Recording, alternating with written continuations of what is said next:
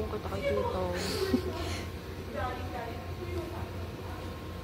Juana, tantuin ang aking ibang sasaysay.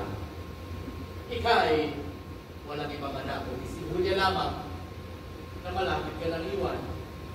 Sa makatwid, ika'y mabag-iisa na at sa'yo'y wala na. Ako naman ay walang ibang anak kung si Miguel lamang na malapit na rin akong iwan. Ako'y mabag-iisa na rin at sa akin wala na. Hindi ba sa mga bagay na ito ang nauulat na narapat ay,